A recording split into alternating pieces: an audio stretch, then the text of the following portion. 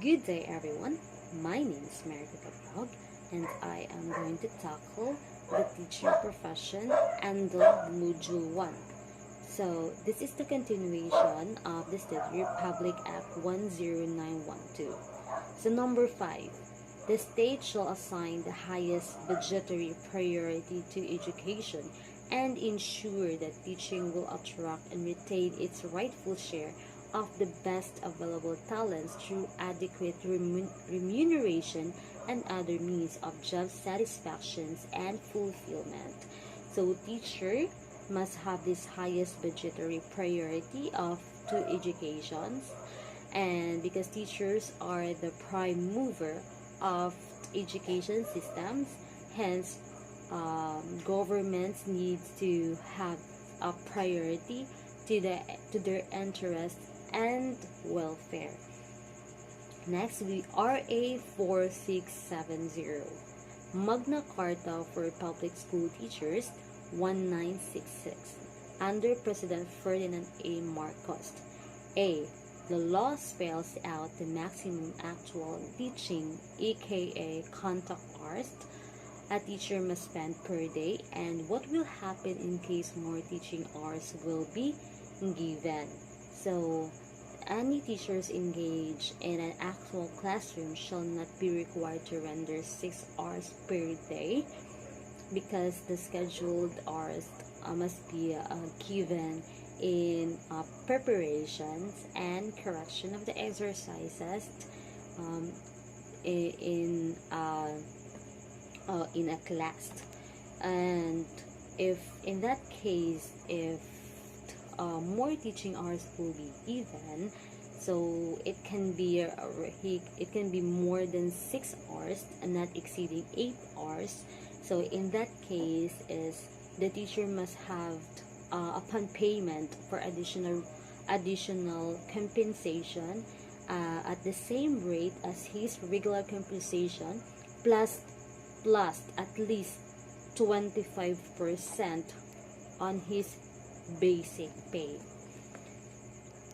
Next would be the law spells out compensation benefits for teachers, such as numeration for accompanying students in out of school trips, for reimbursement of medical expenses that are related to the practice of the professions, and study leaves, among others. It should be noted that not all benefits are always enjoyable by public school teachers, since there are budget constraints that hamper the delivery of such benefits. So, any activities that is outside of the school, uh, that what is that is this is defined as normal duties of any teachers, and then that shall be paid additional compensation, at least, as what I have said earlier, that they must have been paid at least 25% of his regular compensations, even though they are teaching, even though they are accompanying students outside of the school.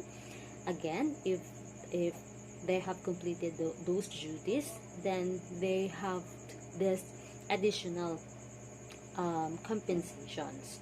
And it should be noted, it's stated here that it should be noted that not all benefits are always enjoyable. Yes, because education authorities refuse to allow educational authorities refuse to allow uh, rendition of services of teachers for other government agencies without the assurance that the teacher shall be paid for the remunerations. That is why there are some problems in terms of this. Next would be language. So section 6. In the section 6, the national language of the Philippines is Filipino. Yes, we are the citizens. We are the citizens in the Philippines. That is why our language is Filipino. As it evolves and evolves, it shall be further developed and enriched on the basis of existing Filipino and other languages. Next would be section 7. For purposes of communications and instructions, the official languages of the Philippines are Filipino and, until otherwise provided by law, English. So here in the Philippines, we are using Filipino and also English. So these languages are using for us to communicate other people, understand them, and to avoid misinterpretations and to have a good rapport with each other. That is how important the language. Next, the regional languages are the auxiliary official languages in the regions and shall serve as auxiliary media of instructions therein. So here in the Philippines, we have different regions. With that regions, they have the they have languages that they have using in their regions, and just like us, that we have our own languages, which is we are living in Cebu. That is why our language is Cebuano. Spanish and Arabic shall be promoted on a voluntary, optional basis. So DO 74 as again.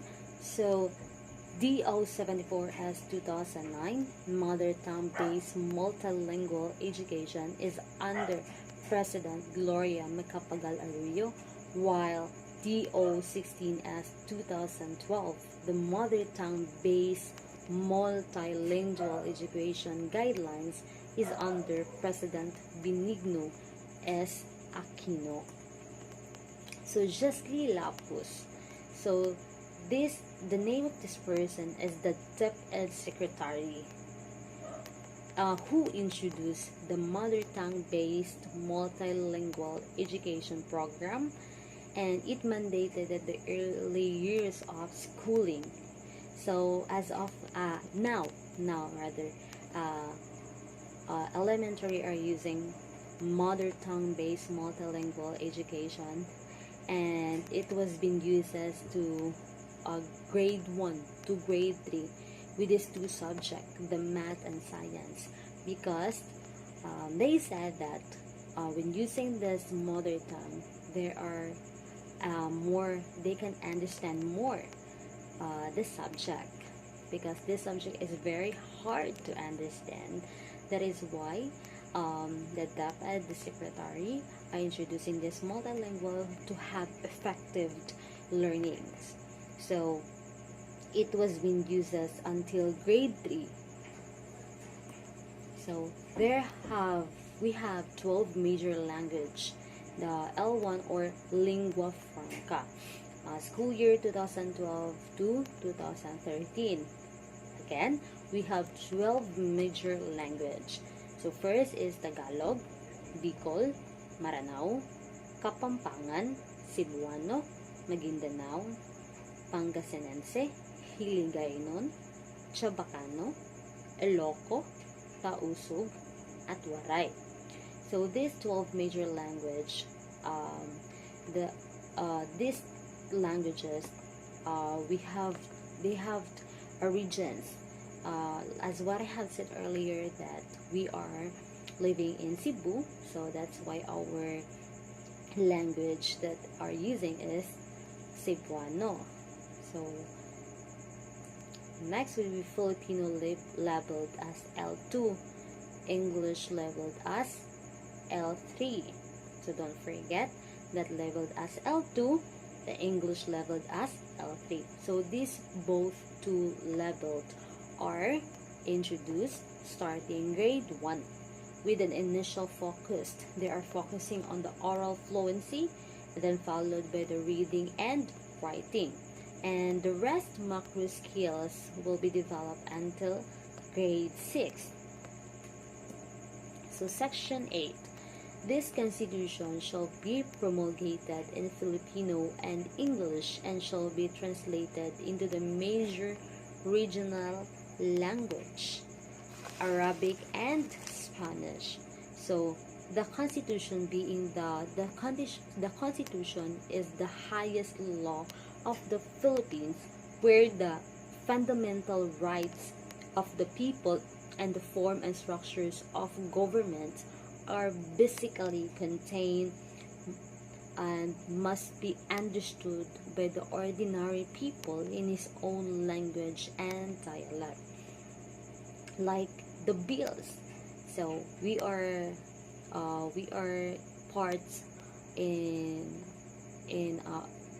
we are parts in nations.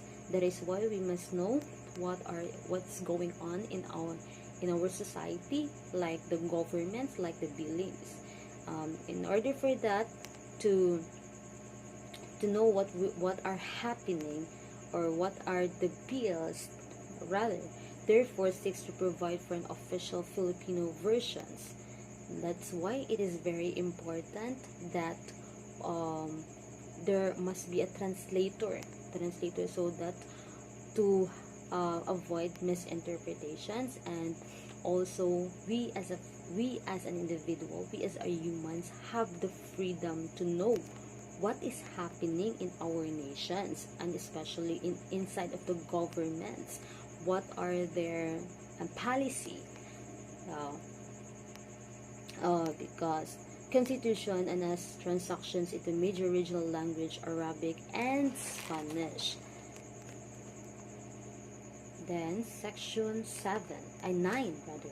The Congress shall establish a national language commission composed of representatives of various regions and disciplines, which shall undertake, coordinate, and promote researches for the development, propagations, and preservations of Filipino and other languages.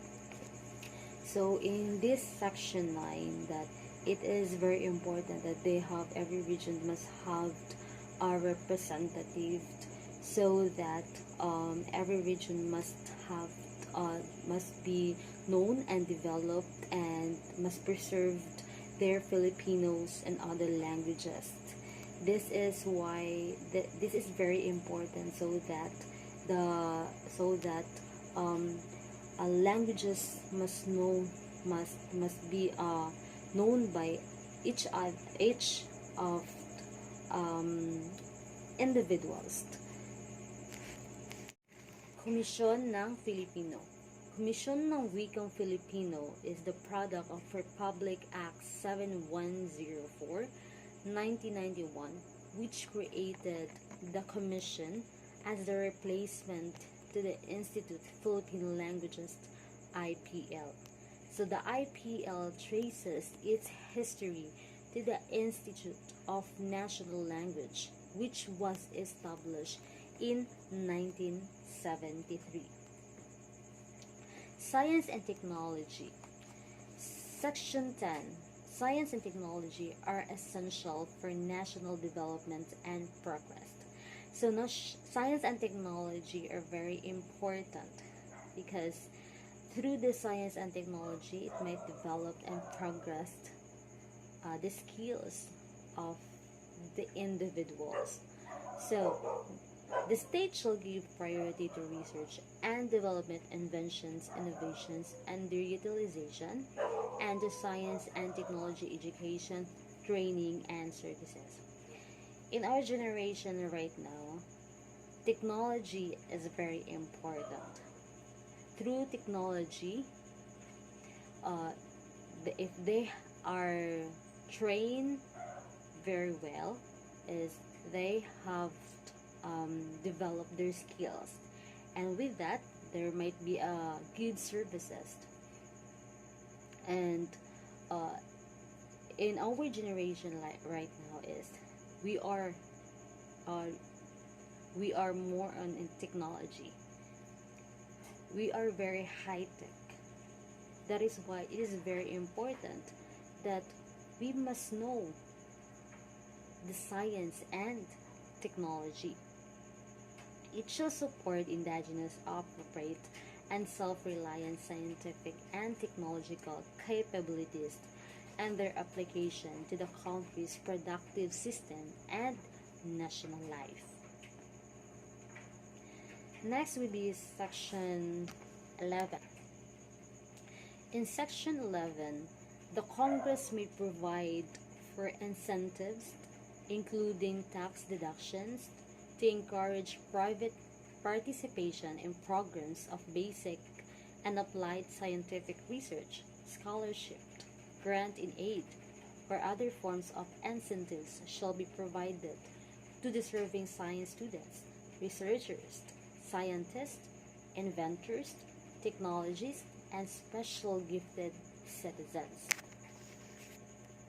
So in these sections, the Department of Science and Technology is implementing Balik Scientist program. So this programs is brain gain. So this strengthen the of the country's scientific and technological human resources. So in this program, so this talks about the Bill 6 to institutionalize nations.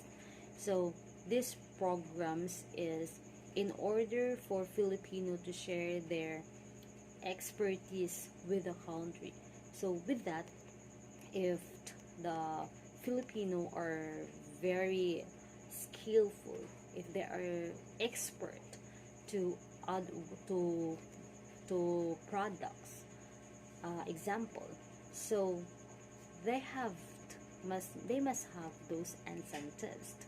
So those people that are deserved to have this, and if they are if they give benefits in our country, is they must have these incentives. Then Filipino scientists contributes to nations buildings and inclusive growth and the development of the country. If those Filipinos give contribution to our nations, and if they are helping our economy growth, then they are deserved. They are what we called as given as an unsentenced. Next would be the section 12. So section 12, the state shall regulate the transfer and promote the adaptation of technology from all sources for the national benefits. It shall encourage the widest participation of private groups, local governments, community-based organizations in the generations and utilizations of science technology. So this promote and facilitate the transfer, disseminations, and effective use, management, and commercialization of intellectual property, technology, and knowledge funded by the government for the benefits of national economy and taxpayers. So section 13, the state shall protect and secure the exclusive right of scientists, inventors, artists, and other gifted citizens to their intellectual property and creations, particularly when beneficial to the people for such period as may be provided by law. Those scientists, inventors, artists, and other gifted citizens that are beneficial in our nations. Then, in these sections is they are protected and secure their exclusive rights. They are the main.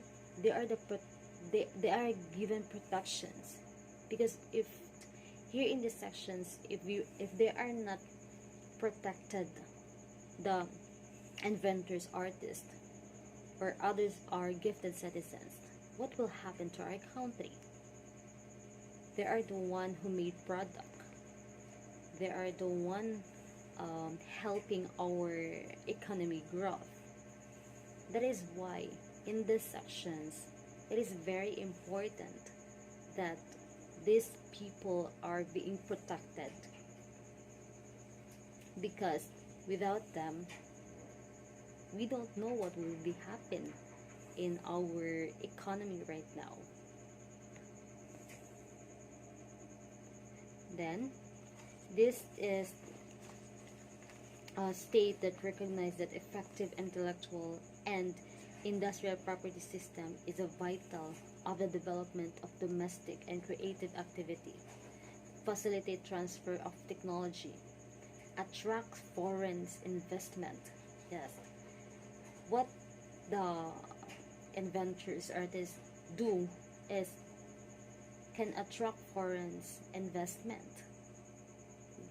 and ensure market access for our products, as what I have said earlier. So next will be in section 14, it talks about the arts and culture. So the state shall foster the preservation, enrichment, and dynamic evolutions of a Filipino national culture based on the principle of unity in diversity in a climate of free artistic and intellectual expressions. So, as we are talking about arts and cultures in these sections, as we must preserve, we must preserve, we must take good care, we must promote our own culture. Because of our culture, we are this called unity. Other people might express free artistic and intellectual expressions. Filipino are very artistic. They can do whatever they want. They are artistic, like intellectual expressions. There are different ways on how they are going to express. Their intellectual are very wide enough because their imaginations are very creative. That is why Filipino can do different drawings, like, and how they are going to make it beautiful and eye-catching to the eyes of the viewers. This is section number 14. In section 15, arts and letters shall enjoy the patronage of the state. There are a lot of people who are into arts, and they are also like doing letters. In this section 15 is the state shall conserve, promote, and popularize the nation's historical and cultural heritage and resources. That is why arts and letters, they must be conserved, they must be promoted. Because some people might not know how beautiful art is, how interesting letters, how enjoyable. There are people who are in reading. There are people who are in drawing. That is why we must promote our own arts and popularize the nation's historical and cultural. There are there are cultural heritage here in the, specifically in Cebu. Like, as I'll give you some example, like Santo Niño, like Magellan's Cross. These are the cultural heritage that people might visit, like foreigners. We, as we also visit that places. So that is why we must promote and preserve our own resources. Next will be all the country's artistic and historic wealth constitutes the cultural treasure of the nations and shall be under the protection of the state, which may regulate its dispositions. All the countries, yes, true, all the countries are artistic and historic wealth. Those Philippines are abundance of resources. This is our wealth. That is why we must take good care of it. We must promote. Next would be that is why that protections begins, the conservations promotions is begin to the Filipinos. Section 17. The state shall recognize, respect, and protect the rights of indigenous cultural communities to preserve and develop their cultures, traditions, and institutions. It shall consider these rights in the formulations of national plans and policies.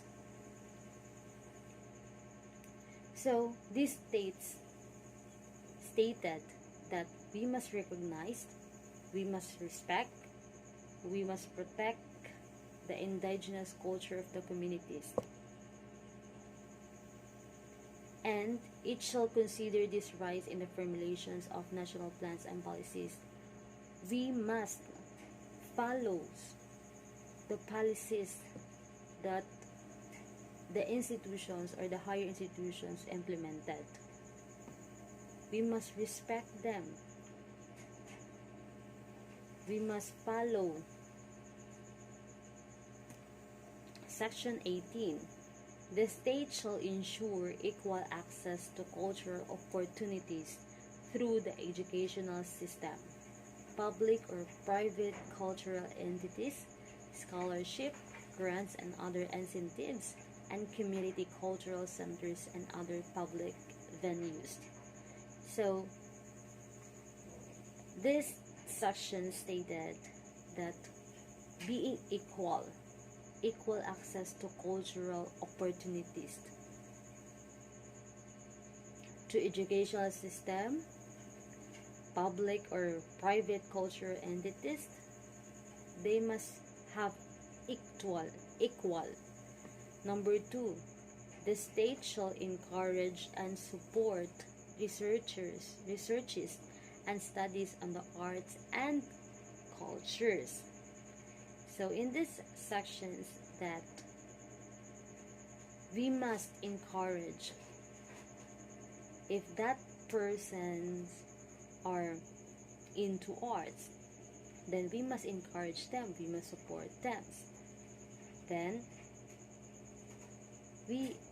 even those persons who are not into arts or do not want to know our culture, then it's time for us to encourage and support, because that would be a big help in our nations. That's all, and thank you.